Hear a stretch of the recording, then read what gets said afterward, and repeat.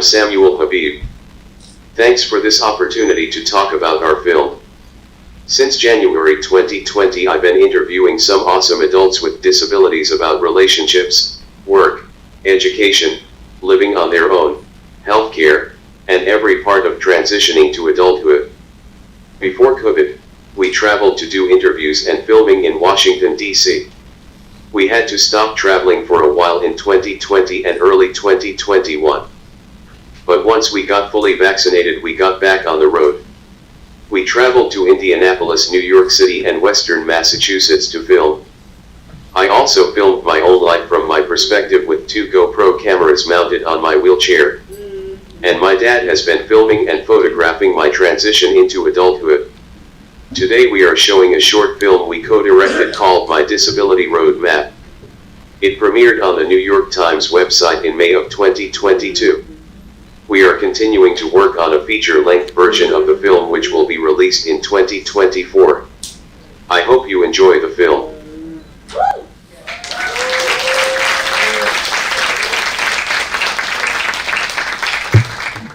I am super pumped to get to moderate this panel. I loved the film. I take a little bit of exception to being a Red Sox fan, but we can't be perfect. Sorry, Samuel. So, on that note, even though we disagree on baseball teams, I think that there's plenty that we can talk about. Sam, we will start with you. What are your hopes and dreams for this film?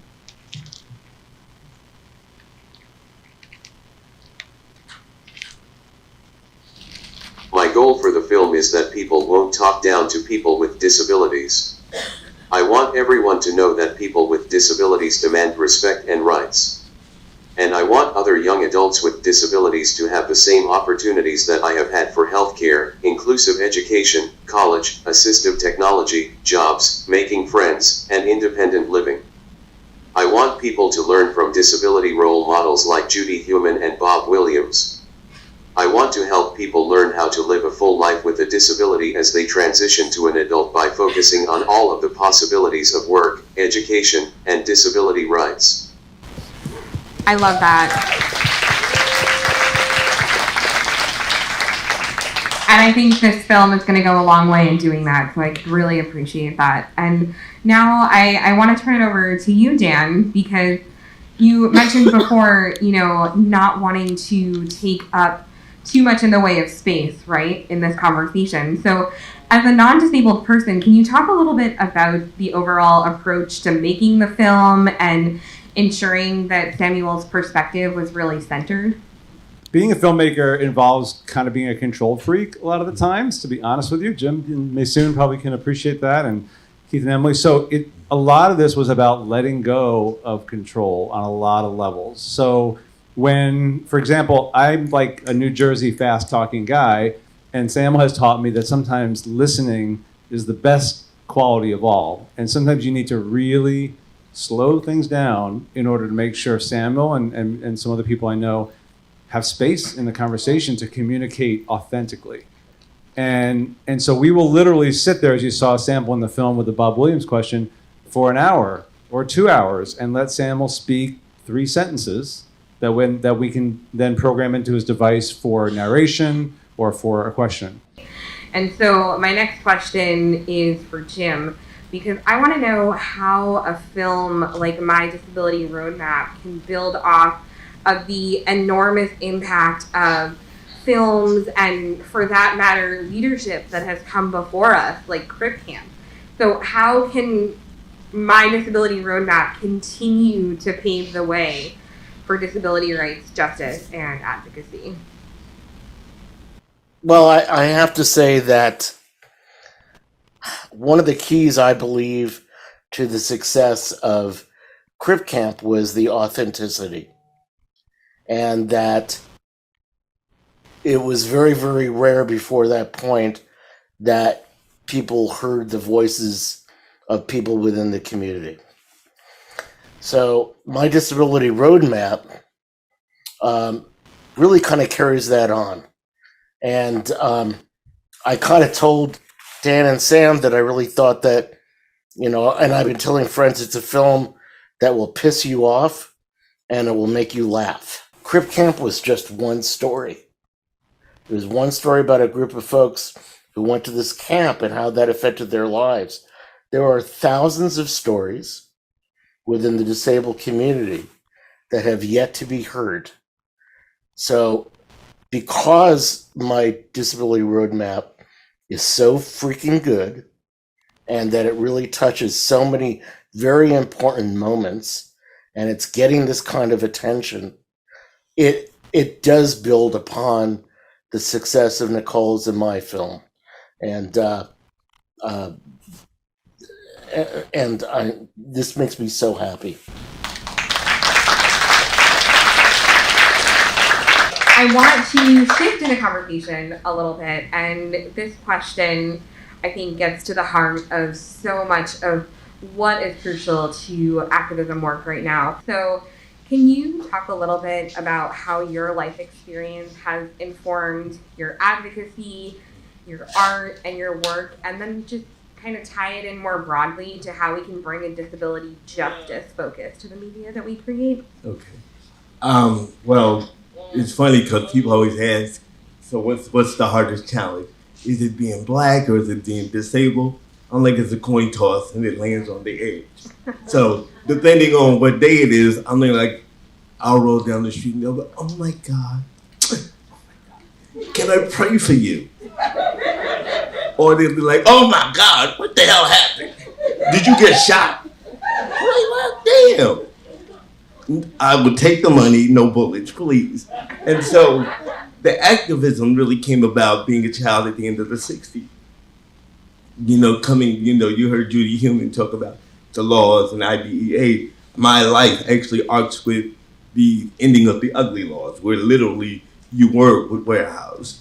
And coming out of Missouri, which is the northernmost Confederate state, race and disability were at the forefront and have always been. Now, the beauty of my upbringing is that coming from my family, it was never seen as an excuse. You understood where you were, you understood how they would see you, you needed to move accordingly. In terms of disability justice, the reason I do this is because I'm so sick of people being stupid. I can't do it anymore. And let me be clear, stupidity is an active participatory event. Like, you have to be willfully ignorant as to my human condition and my talents and my abilities. And so if you're picking out whether my gender identity, my ethnicity, my language backdrop, if all of those are the parts of my humanity that you're going to cherry pick as to why I can't have a full life, then you're stupid. And I don't have the energy for that. So in the public space, it's how do we get a discourse with teachers when the student comes in that uses an AAC device and can be taught as if that Sam can understand, versus talking like the lady in the airport. That shows that there's a level of disrespect about the version of humanity that we inhabit. And that for this time, particularly now that we're in a place where people are masked up and we're talking about, can we come out in public? Are we being conscious about, people who are immune compromised? Are we conscious about people who are immigrants who are coming here who may not understand the way disability the way we understand it? So if you're talking about disability justice, what is disability justice? It's justice for everybody. It's you being able to just walk out, exist, and be, versus having to fit into a prescribed notion of what is a woman? What is a person with a disability? What is this? Ultimately, we all have a soul that desires freedom and love. And if you are too stupid to appreciate that, then so be it. But that's why we do the work.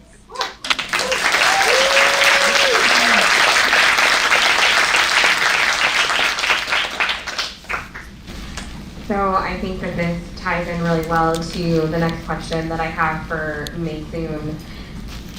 The concept that disabled people can and do live full lives is something that I think gets lost so often in the media. And so Maysoon, you are a comedian and a storyteller and a communicator. What kinds of disabled stories, in the vein of Samuel, do you hope that we're going to see in the future in the media?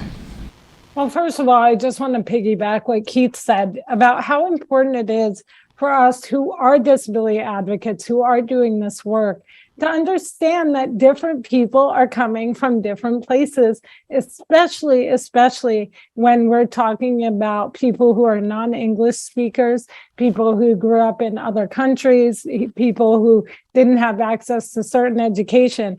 Because sometimes, again, I butt heads with the disco. I call the disability community the disco, like disco, get it? And sometimes I get really agitated by them leaping on someone and screaming about ableism because the language that person is using is not the language that we use. And I think that it's really important as a community to embrace other people at the point that they're at and to help bring them along on the journey instead of, burning them at the stake, which is pretty easy to do to a lot of disabled people who can't run, to be honest. They're pretty easy to burn at the stake. I think that we need to have patience to educate before we obliterate. The stories that I want to be told are mine. I would like a Netflix special, for example. I'm much funnier than Hannah Gatsby. I'm Hannah Gatsby meets Kim Kardashian. So why don't I get a Netflix special? I'd like to see me in a Lifetime Christmas movie. What's better than a Muslim chick in a Lifetime Christmas movie? But, other than me in media, I'll tell you what I want to see and what I've always wanted to see. Visibly and invisibly disabled people in mainstream roles where their disability is not the center of attention. I want to see an absolute end to non-disabled people playing visibly disabled on screen, like Freddie Highmore on The Good Doctor. It is grotesque. It is absolutely grotesque. Visible disability, much like race, cannot be played. And I cannot believe that in 2022, I'm still seeing these castings. I'm still seeing, us, getting together and being outraged. And finally, I think this is by far the most important thing. I would like to see Jim LeBrecht get an Oscar and beat the stuffing out of a legless octopus. Yes. Damn the octopus. I too was a little bit upset about the octopus, but it's fine. It's fine. We're gonna see that Oscar one day. And on that note, Jim, I want to know what advice or hopes or dreams you have for next generation disabled filmmakers like Samuel. I would like to first off let folks like you, Samuel, know that there are a lot of us out here that are working to try to smooth the road ahead.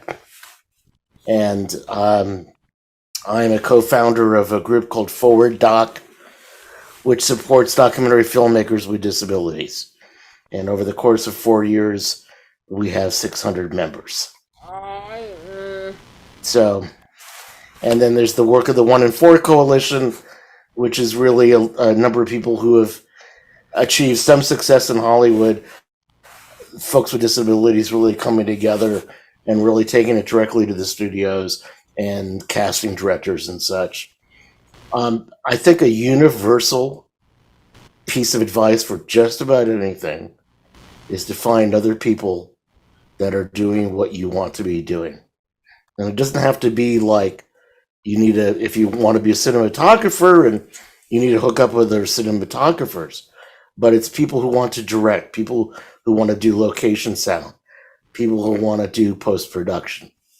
And I think that the road ahead will be better than it certainly was when I was, coming up in the world. And don't ever take no for an answer.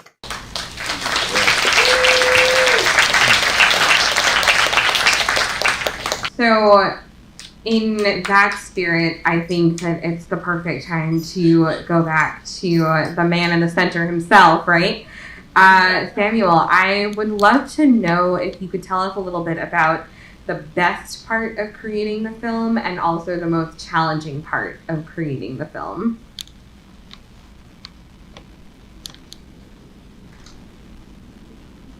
I love to travel, so my favorite part of making the film was going around the country with my dad, seeing new places, filming with my GoPros, and meeting all of these cool adults with disabilities.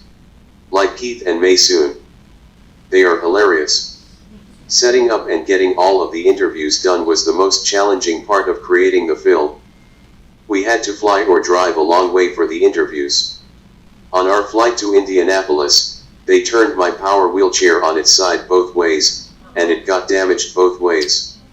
On our trip to DC we had a 6-hour flight delay, and then as we were finally boarding our plane, that passenger named Joe talked down to me, like I was a 3-year-old. I wanted to curse at her but didn't. On our NYC trip to interview Keith and Maysoon I had a seizure. But we still got the filming done on all the trips.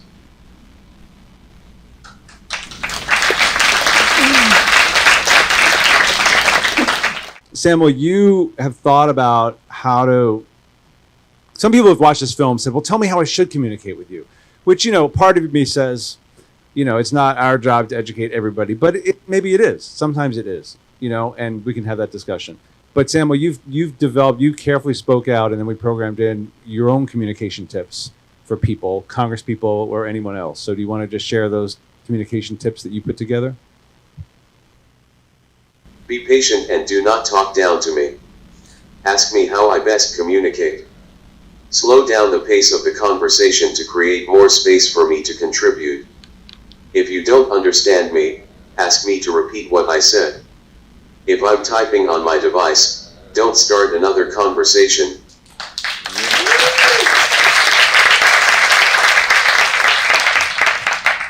I want to thank this amazing panel for sharing with us and being a part of this. I want to thank this amazing audience for being a part of this as well.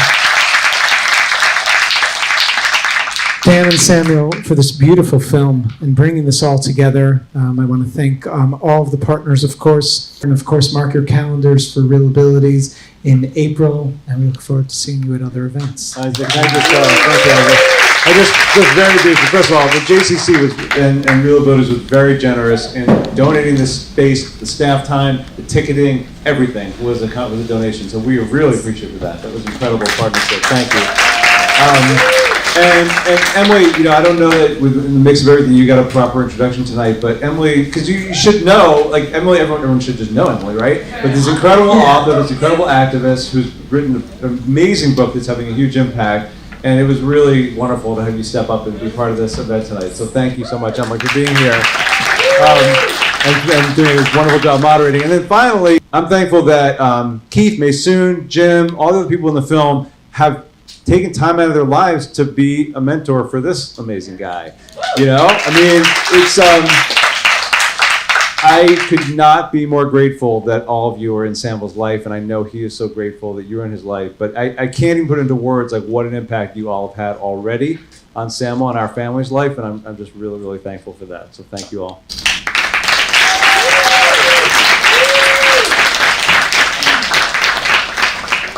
This was awesome.